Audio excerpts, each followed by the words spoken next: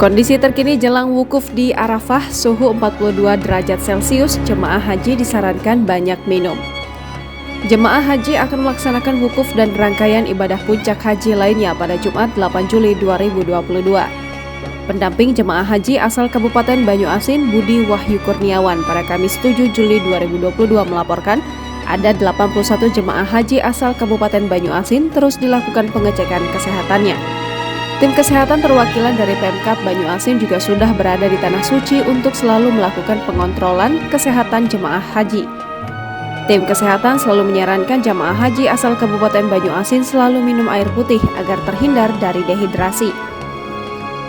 Saat ini jemaah haji asal Banyuasin sedang mempersiapkan untuk menuju ke Padang Arafah.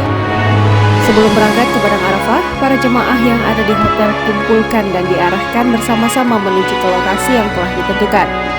Para jemaah haji asal Banyuasin Embarkasi Palembang juga sudah bergabung dengan jemaah haji lainnya dari Sumsel untuk berangkat menuju ke Padang Arafah. Arafah menjadi tempat puncak dan pertemuan bagi jemaah haji di seluruh dunia. Di tempat ini juga berlangsung wukuf pada tanggal 9 Zulhijjah yang menjadi inti ibadah haji. Arafah terletak di kawasan yang terletak di sebelah tenggara Masjidil Haram.